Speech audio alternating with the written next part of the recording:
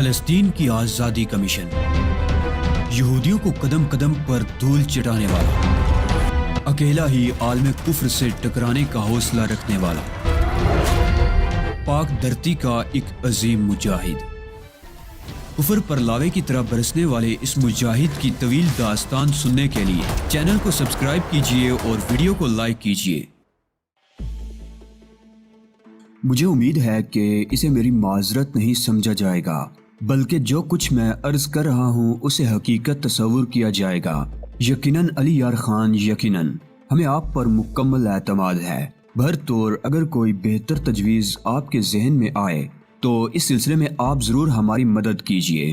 آپ نے بنگانا فیکٹری کو بچا کر جو کارنامہ انجام دیا ہے اس کی تمام تفصیلات عرب دنیا کو پہنچا دی گئی ہیں اور وہاں آپ کے سلسلے میں گفتگو شروع ہو چکی ہے۔ فوری طور پر آپ جو کچھ کرنا چاہیں اس کے لیے یہاں موجود ایک ایک فرد کی محبت اور تعاون آپ کو حاصل ہے، اور اس گفتگو کے ساتھ ہی میں ایک مشترکہ فیصلے کے تحت آپ کو ایک اعزاز دینا چاہتا ہوں۔ یہ اعزاز ہمارا خراج عقیدت ہے اور اس کے تحت آپ کو لائن آف کروزل کی تمام آبادیوں میں ایک کنٹرولر ہی کے اختیارات حاصل ہوں گے۔ آپ اپنے طور پر کسی بھی فوری آرڈیننس کے تحت کوئی تبدیلی کرنے کے مجاز ہیں۔ یہ اعزاز قبول فرمائیے۔ سفید رنگ کا چمکتا ہوا ایک خوبصورت کراؤن کنٹرولر نے اپنے ہاتھ سے میرے سینے پر آویزاں کیا اور اس سے متعلق کاغذات کا رول میرے حوالے کر دیا گیا، جسے میں نے نہایت شکریہ کے ساتھ قبول کیا۔ یہ بہت بڑا اعزاز تھا میرے لیے، جسے پا کر میں نے دل میں فرحت محسوس کی تھی۔ اس کے بعد مزید رسمی کارروائیاں ہوتی رہیں۔ لائن آف کروزل کی فیکٹریوں کے تحفظ کے لیے کچھ لوگوں نے اپنی تجاویز تحریری شکل میں پیش کی۔ ان پر غور کرنے کے لیے انہیں محفوظ کر لیا گیا اور پھر یہ کانفرنس ختم ہو گئی۔ میرے تمام ساتھیوں نے مجھے اس اعزاز پر مبارکباد پیش کی تھی۔ بیچاری کورنیل کو ابھی تک صورتحال کے بارے میں تفصیل نہیں بتائی گئی تھی، لیکن وہ بے وقوف بھی نہیں تھی۔ سب سمجھ رہی تھی لیکن خاموش تھی۔ میرے چہرے پر اب بھی وستونیا کا میک اپ تھا اور میں کورنیل کی وجہ سے اسے نہیں اتار رہا تھا کہ میری بدلی ہوئی شکل دیکھ کر اس کو دھچکا لگے گا۔ کانفرنس میں شرکت کے لیے بھی مجھ سے اصل شکل میں آنے کی درخواست نہیں کی گئی تھی۔ انہیں میری ذات سے غرض تھی، میرے چہرے سے نہیں۔ مسعود طلحہ نے دوسرے دن مجھے اطلاع دی کورنیل کی امریکہ روانگی کا بندوبست ہو چکا ہے۔ اب یہ آپ پر منحصر ہے کہ کب اسے روانہ کرتے ہیں۔ جلد از جلد، جس قدر جلد ممکن ہو سکے۔ تو پھر کل دن مناسب ہے؟ کس وقت؟ کل سپہر 12:30 بجے۔ بہت مناسب، میں نے جواب دیا۔ اس کے بعد میں نے کورنیل سے ملاقات کی۔ کورنیل، کل دوپہر 12:30 بجے تمہیں یہاں سے روانہ ہونا ہے۔ میں تیار ہوں۔ میں تمہیں چند پیغامات دوں گا جنہیں تم اس ہستی تک پہنچا دینا جس کے پاس میں تمہیں بھیج رہا ہوں۔ ٹھیک ہے، کورنیل نے سادگی سے کہا۔ امریکہ روانہ ہوتے ہوئے تمہارے ذہن پر کوئی بوجھ تو نہیں ہے کورنیل؟ میں نے پوچھا۔ نہیں وستونیا، بالکل نہیں، میں تمہیں اس کی وجہ بتا چکی ہوں۔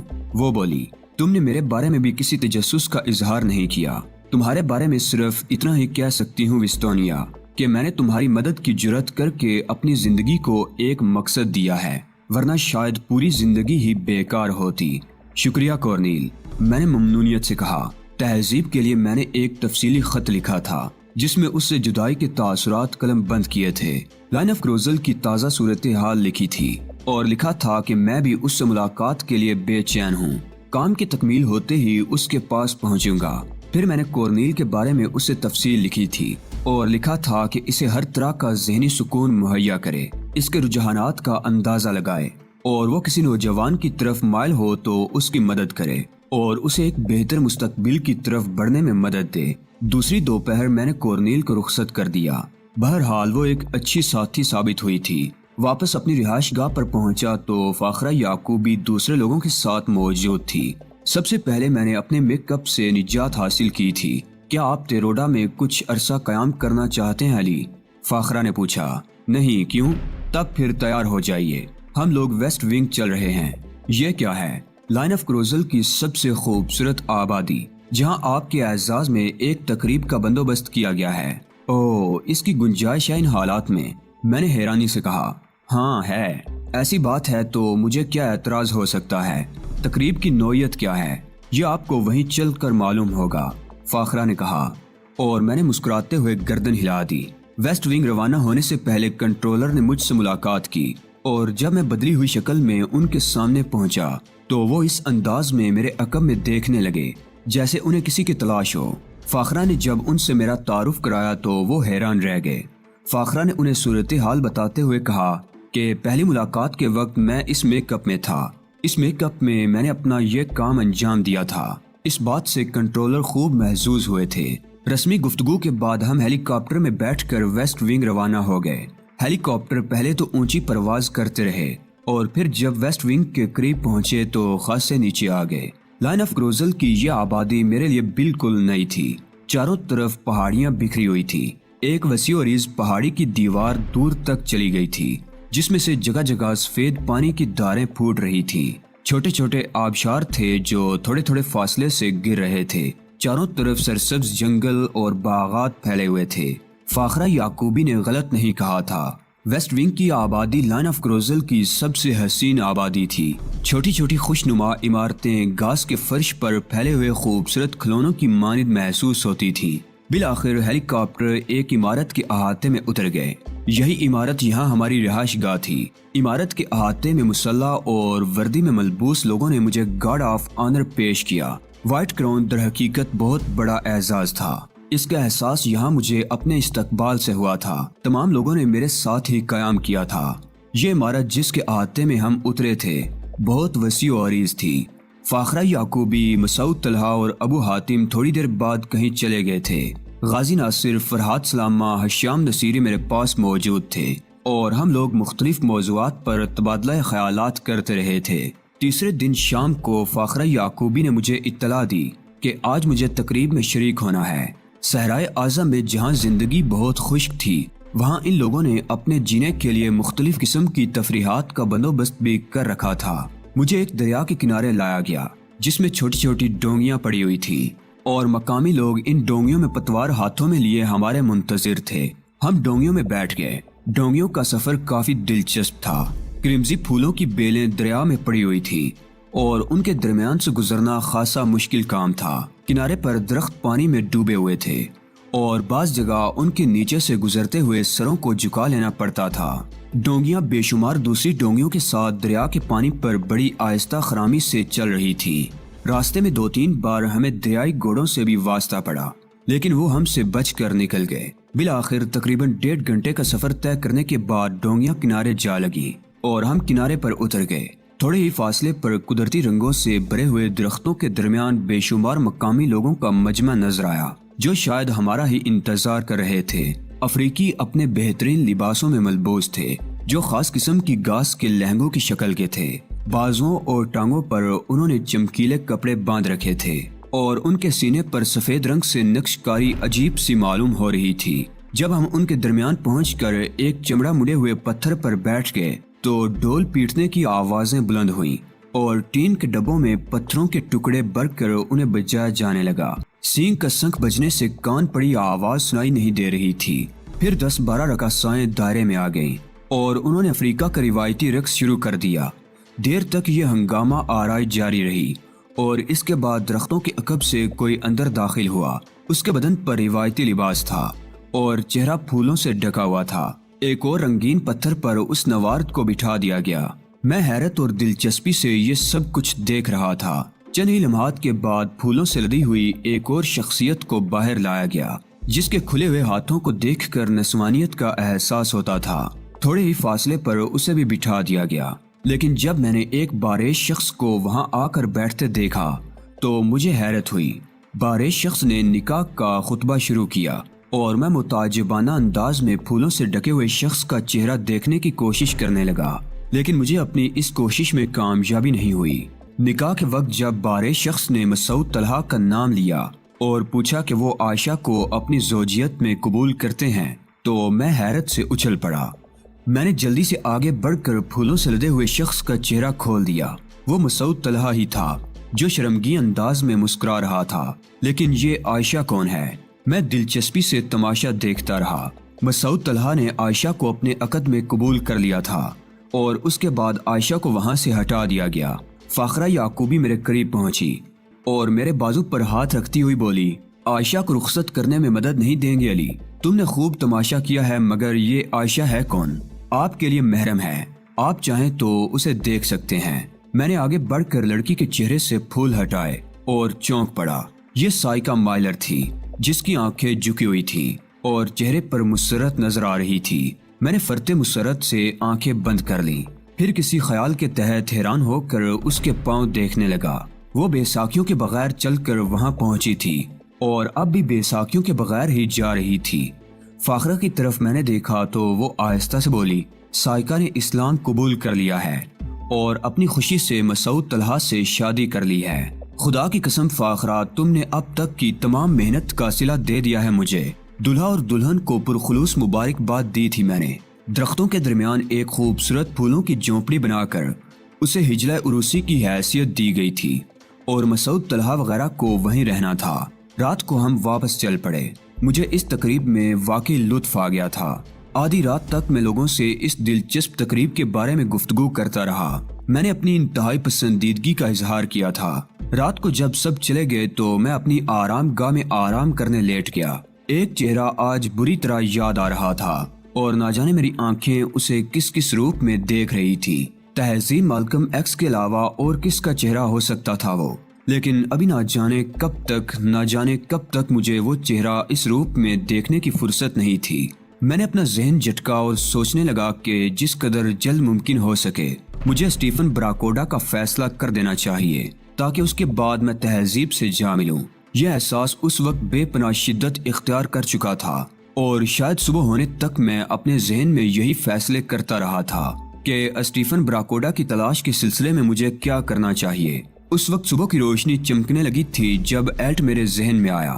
بلا شبہ اگر میں ایلٹ سے اسٹیفن براکوڈا کے بارے میں معلومات حاصل کرنے کی کوشش کروں تو شاید مجھے کچھ کامیابی نصیب ہو جائے۔ ایلٹ بھر طور ایک تیز ترار آدمی تھا اور یہ نہیں کہا جا سکتا تھا کہ وہ ان معاملات سے قطعی ناواقف ہو۔ ناشتے کے بعد میں نے ابو حاتم سے ملاقات کی خواہش ظاہر کی تو مجھے اطلاع دی گئی کہ ابو حاتم دن کے 10 بجے واپس آئیں گے۔ وہ کہیں گئے ہوئے ہیں۔ میں نے اپنی رہائش گاہ پر ہی ابو حاتم کا انتظار کیا۔ ان لوگوں سے میں نے کہہ دیا تھا کہ ابو حاتم جو ہی واپس آئیں مجھے ان سے ملا دیا جائے۔ دن کو تقریباً 9:30 بجے فاخرہ یعقوبی آ گئی اور مجھ سے پچھلے دن کی تفریحات کے بارے میں گفتگو کرنے لگی۔ مسعود طلحہ اور سائیکا مائلر کی شادی میرے لیے ایک دلچسپ واقعہ تھی۔ میں اس گفتگو میں دلچسپی لیتا رہا۔ میں نے سائیکا مائلر کے بارے میں فاخرہ یعقوبی سے بہت سے سوالات کیے۔ تھوڑی سی حیرت بھی تھی مجھے کہ وہ اس وقت شادی پر کیسے رضامند ہو گئی۔ بہرحال مسعود طلحہ کی محبت رنگ لائی تھی اور اپنے خیال میں مسعود طلحہ نے ایک نیک کام ہی کیا تھا۔ 10 بجے مجھے ابو حاتم کی واپسی کی اطلاع دی گئی اور تقریباً 10:30 بجے ابو حاتم میرے سامنے پہنچ گیا۔ اب ہر شخص مجھ سے متاثر تھا۔ ابو حاتم بھی انہی میں سے ایک تھا۔ مجھے اطلاع ملی ہے کہ آپ نے مجھے طلب کیا ہے علی، حاتم نے کہا۔ ہاں ابو حاتم، گرفتار ہونے والوں میں ایک شخص ایلٹ بھی ہے، مجھے اس کی ضرورت ہے۔ میں نے ابو حاتم کو ایلٹ کے بارے میں بتایا۔ ابو حاتم نے گردن ہلاتے ہوئے کہا، ہاں وہ شخص ہماری قید میں ہے، میں چاہتا ہوں کہ اسے میرے حوالے کر دیا جائے، کچھ معلومات حاصل کرنا ہے اسے۔ ٹھیک ہے، دوپہر کے کھانے کے بعد پہنچا دیا جائے گا، ابو حاتم نے جواب دیا۔ پھر وہ چلا گیا۔ دوپہر کا کھانا وہی عمارت میں کھایا۔ اس وقت کوئی میرے ساتھ شریک نہیں تھا اور پھر تقریباً 2:15 بجے ایلٹ کو میرے پاس پہنچا دیا گیا۔ اس کے ہاتھ میں ہتھکڑیاں وغیرہ نہیں تھی، لباس بھی ٹھیک ٹھاک ہی پہنے ہوئے تھا اور چہرے سے مزمل نظر آتا تھا۔ اس نے مجھے گہری نگاہوں سے دیکھا۔ میں جانتا تھا کہ وہ مجھے میری اپنی شکل میں بھی نہیں پہچان سکے گا اور میں اسے اپنے بارے میں بتانا بھی ضروری نہیں سمجھتا تھا۔ میرے سامنے ایک کرسی پر بیٹھ کر اس نے خشک لہجے میں کہا، جی کیا چاہتے ہیں آپ مجھ سے؟ مسٹر ایلٹ، میں آپ کے بارے میں خاصی معلومات رکھتا ہوں، چنانچہ آپ یہ کہنے میں حق بجانب نہیں ہوں گے کہ جو سوال میں آپ سے کر رہا ہوں اس کا آپ جواب نہیں دے سکتے۔ مسٹر، آپ کا کوئی بھی نام ہو مجھے اس سے دلچسپی نہیں ہے، البتہ اتنا میں جانتا ہوں کہ آپ عربوں کے مفادات کے حامی ہیں۔ ممکن ہے عرب ہی ہوں یا ممکن ہے کسی اور نسل سے تعلق رکھتے ہوں۔ میں اپنی بازی ہار چکا ہوں اور کسی قسم کی مزاحمت کا ارادہ نہیں رکھتا کیونکہ میرا مستقبل میرے سامنے ہے۔ اگر آپ چاہیں تو اس بات پر یقین کر لیں کہ جو کچھ آپ پوچھیں گے میں اپنے طور پر اس کا صحیح جواب دوں گا۔ میں بھی اسی کا قائل ہوں ایلٹ کہ اگر بازی اپنے ہاتھ سے نکل جائے تو پھر زندگی کے تحفظ کا بندوبست کر لینا چاہیے۔ آپ کیا پوچھنا چاہتے ہیں؟ اسٹیفن براکوڈا کہاں ہے؟ میں نے بغیر کسی تمہید کے سوال کیا۔ ایلٹ عجیب سی نگاہوں سے مجھے دیکھنے لگا، پھر اس نے کہا، آفیسر کیا آپ اسٹیفن براکوڈا کے بارے میں مکمل تفصیلات جانتے ہیں؟ کسی حد تک، میں نے مختصراً کہا، جو کمی ہے وہ میں پوری کیے دیتا ہوں۔ اسٹیفن براکوڈا جس پائے کا انسان ہے اس کا اندازہ آپ اس بات سے لگا سکتے ہیں کہ اسرائیلی حکومت نے امریکی تعاون کے ساتھ اسٹیفن براکوڈا کو لائن آف کروزل کا مکمل کنٹرولر بنا کر بھیجا ہے، اور یہاں صحرائے اعظم میں عربوں کی مشترکہ کاوشوں کے خلاف جو کچھ بھی ہو رہا ہے، بے شک اس میں مختلف ادارے ملوث ہیں اور بعض ادارے صرف اپنے طور پر کام کر رہے ہیں، لیکن اسٹیفن براکوڈا ان میں سب سے نمایاں حیثیت رکھتا ہے۔ کسی بھی ادارے کی کارروائیوں کو وہ ختم کر سکتا ہے یا انہیں احکامات دے سکتا ہے کہ وہ اس کے مشورے کے مطابق کام کریں، اور ان تمام اداروں کے لیے یہی ہدایت ہے کہ وہ اسٹیفن براکوڈا سے مکمل تعاون کریں۔ اس طویل گفتگو سے میرا مقصد یہ ہے کہ اسٹیفن براکوڈا بہت بڑی شخصیت کا مالک ہے، اور کیا آپ کے خیال میں مجھ جیسا چھوٹا آدمی اس کا پتہ جانتا ہوگا؟ لیکن کم از کم آپ مجھے ان ذرائع کے بارے میں تو بتا سکتے ہیں جن کے تحت آپ کا یا آپ کے اعلیٰ افسران کا رابطہ اسٹیفن براکوڈا سے ہو جاتا ہے۔ میں اپنی ٹیم میں 5ویں درجے کا آدمی تھا۔ مختلف مدارج مقرر کیے گئے ہیں اس سلسلے میں، اور ہر درجے کا آدمی اپنے طور پر اپنے فرائض انجام دیتا ہے۔ میں صرف ان احکامات کی پابندی کرتا ہوں جو مجھے 4تھے درجے کے آدمی سے ملتے تھے۔ آپ یوں سمجھ لیجئے کہ اسٹیفن براکوڈا اس منصوبے کا چیف ہے۔ اس کے بعد بات نمبر 1 پر آتی ہے، پھر 2، 3، 4 اور 5، اسی طرح 6، 7، 8 نمبر بھی ہمارے درمیان موجود ہیں۔ 8 نمبر کے لوگ وہ ہیں جو صرف گولیاں چلاتے ہیں، جس طرف اور جس سمت ان کا رخ پھیر دیا جائے۔ تو میں 5ویں درجے کا انسان 4 آدمیوں کے احکامات کے بعد اپنا کام سر انجام دیتا تھا۔ بھلا مجھ جیسے آدمی کو اسٹیفن براکوڈا کے بارے میں کچھ معلومات ہو سکتی ہیں، تو تم کسی نمبر 1 کا پتہ بتاؤ جس سے میں رابطہ قائم کر سکوں۔ آپ یقین کیجئے مجھے کسی نمبر 3 کا بھی پتہ معلوم نہیں ہے۔ ہمارا رابطہ عموماً ٹرانسمیٹر پر رہتا تھا، اور اگر کبھی براہ راست رابطے کی ضرورت پیش آ بھی گئی تو 4 نمبر کسی اطلاع کے بغیر خود 5 نمبر تک پہنچ جاتا تھا۔ تم عدم تعاون کر رہے ہو ایلٹ۔ نہیں، ایک ایسی حقیقت بیان کی ہے میں نے آپ سے جو بھر طور ہم تک ہی محدود ہے۔ ویسے کم از کم اپنا اندازہ تو بتا سکتے ہو ایلٹ۔ تمہارے خیال کے مطابق اسٹیفن براکوڈا کہاں ہو سکتا ہے؟ کسی انتہائی محفوظ مقام پر، کسی ایسی جگہ جہاں اس کے خلاف کوئی سازش یا کوئی کارروائی نہ ہو سکے، اور وہ ایسی جگہ صحرائے اعظم کا کوئی تاریک گوشہ بھی ہو سکتی ہے، کیونکہ اسٹیفن براکوڈا صرف دماغ ہے، اور دماغ ایک مخصوص حصے میں بیٹھ کر بھی ہر جگہ اپنا کنٹرول قائم کر سکتا ہے۔ بالکل وہی کیفیت ہے جو انسانی دماغ کی ہوتی ہے۔ آپ یقین کیجئے مجھے اسٹیفن براکوڈا کے بارے میں کوئی علم نہیں ہے، لیکن اس کے باوجود آپ مجھ پر کچھ تشدد وغیرہ کرنا چاہیں تو بہتر ہے کہ نہ کریں۔ اس کے جواب میں مر جاؤں گا یا آپ سے جھوٹ بول دوں گا، مجھے کچھ نہیں معلوم۔ ایلٹ کے بیان میں سچائی جھلک رہی تھی۔ میرے ہونٹوں پر مایوس مسکراہٹ پھیل گئی۔ میں جانتا تھا کہ اس کے بعد ایلٹ سے اس بارے میں کوئی سوال کرنا بیکار ہے، تاہم میں نے اس سے مزید کچھ سوالات کیے، یعنی یہ کہ اس کی ذمہ داریاں کیا تھیں اور وہ کون سے احکامات تھے جو اسٹیفن براکوڈا کی طرف سے جاری ہوئے، اور اس کے کون سے احکامات پر وہ عمل کر چکا ہے۔ ایلٹ نے مجھے جانے بوجھے بغیر اپنی ان تمام کارروائیوں کے بارے میں بتا دیا جن میں میرا ذکر بھی تھا، یعنی وستونیا کی حیثیت سے۔ تھوڑی دیر کے بعد میں نے اسے جانے کی اجازت دے دی۔ ایلٹ شکریہ ادا کر کے کھڑا ہو گیا اور پھر آہستہ سے بولا، آفیسر مجھے تعجب ہے آپ لوگوں پر۔ آپ نے ابھی تک ہم میں سے کسی پر تشدد نہیں کیا۔ میں آپ کی تعریف نہیں کر رہا، لیکن یہ ایک اچھی بات ہے۔ تشدد کی ضرورت پیش آئے گی تو وہ بھی کر لیا جائے گا، میں نے کہا، اور ایلٹ کو ان لوگوں کے حوالے کر دیا جو اسے لے کر یہاں آئے تھے اور اب باہر میرے آئندہ حکم کے منتظر تھے۔ وہ لوگ ایلٹ کو لے کر چلے گئے۔ میں نے رات بھر غور و فکر کے بعد جو منصوبہ بنایا تھا، ایلٹ کی ملاقات نے اسے ختم کر دیا تھا، لیکن اس کے باوجود ایلٹ نے کم از کم مجھے یہ ضرور بتا دیا تھا کہ اسٹیفن براکوڈا کا طریقہ کار کیا ہے۔ یہ حقیقت تھی کہ اسٹیفن براکوڈا کے بارے میں میرے پاس کوئی واضح لائحہ عمل نہیں تھا اور میں دعوے سے کوئی بات نہیں کر سکتا تھا، لیکن یہ بات بھی بار بار ذہن میں آتی تھی کہ یہاں سے ناکام واپسی مناسب نہیں ہے۔ اور پھر اب تو تمام لوگ اس بات سے واقف ہو چکے ہیں کہ علی یار خان لائن آف کروزل کے تحفظ کے لیے مصروف عمل ہے، جس طرح ان لوگوں نے میری پذیرائی کی تھی اور مجھے نوازا تھا، اس کے پیش نظر یہ بات کسی طور میرے لیے مناسب نہیں تھی۔ کچھ نہ کچھ کوششیں تو کرنا ہی تھی۔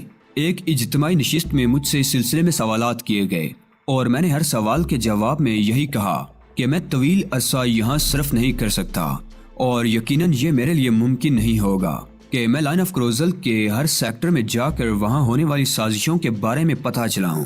میں صرف اسٹیفن براکوڈا پر ہاتھ ڈال دینے کا خواہش مند ہوں تاکہ کم از کم ایک خطرناک شخصیت سے نجات مل جائے۔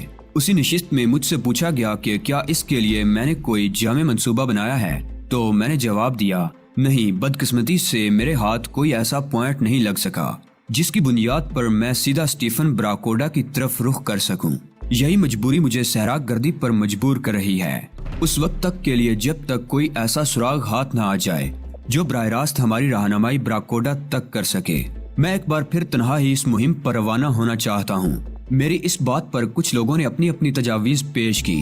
خود ابو حاتم نے میرے تنہا رہنے کی مخالفت کرتے ہوئے کہا کہ علی ہم سب کے لیے قیمتی سرمایہ ہے اور وہ ہر لمحہ اس خدشے کا شکار رہتے ہیں کہ کہیں علی کو کوئی نقصان نہ پہنچ جائے۔ چنانچہ علی سے یہ درخواست کی جاتی ہے کہ کم از کم اسٹیفن براکوڈا جیسی شخصیت کی تلاش کے لیے وہ خود کو تنہا نہ رکھیں اور اپنے لیے کچھ ایسے ساتھیوں کا انتخاب کر لیں جو ان کے معاون ہوں۔